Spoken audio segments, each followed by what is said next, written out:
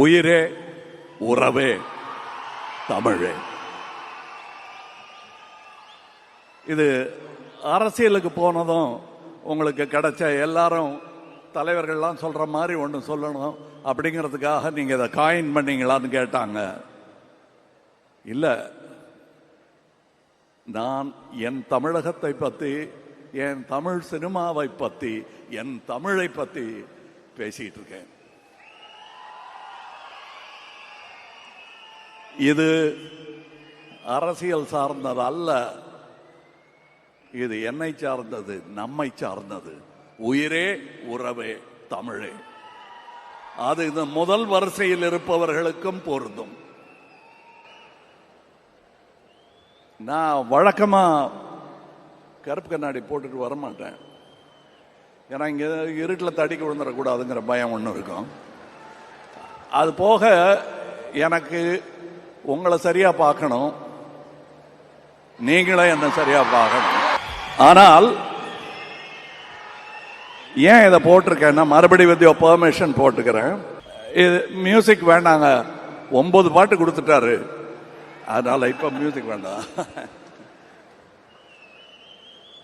ஏன்னா நான் எழுதிக்கிட்டு வரல, நெஞ்சில பதிஞ்சதை இங்க சொல்ல வரேன்.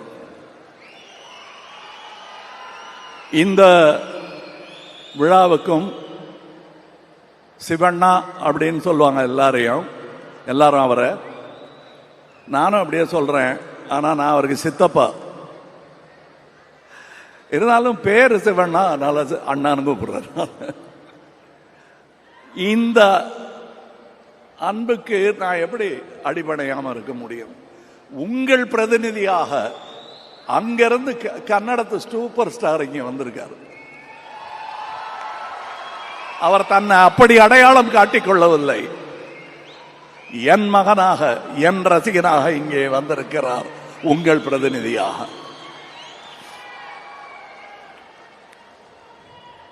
என்னை பார்க்க ஷூட்டிங்ல சின்ன பசங்களா மீச முளைக்காம வந்தவங்க எல்லாம் இன்னைக்கு பேரம்பேத்தியோட இருக்காங்க.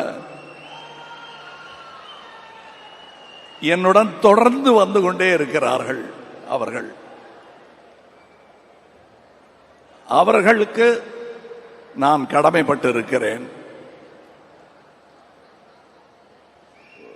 மணிரத்னம் சார் கூட படத்திலாம் நடிச்சதுனால ரொம்ப அழக்கூடாதுங்கிறத கத்துக்கிட்டேன்.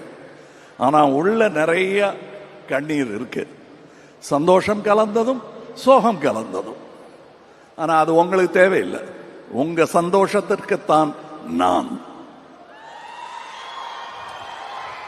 அப்படியே சொல்லி கொடுத்து பழகிட்டாங்க, இனிமே மாத்த முடியாது. 3 வயசுல இருந்து இவருக்கு நான் சித்தப்பா தான். இவரு நம்ம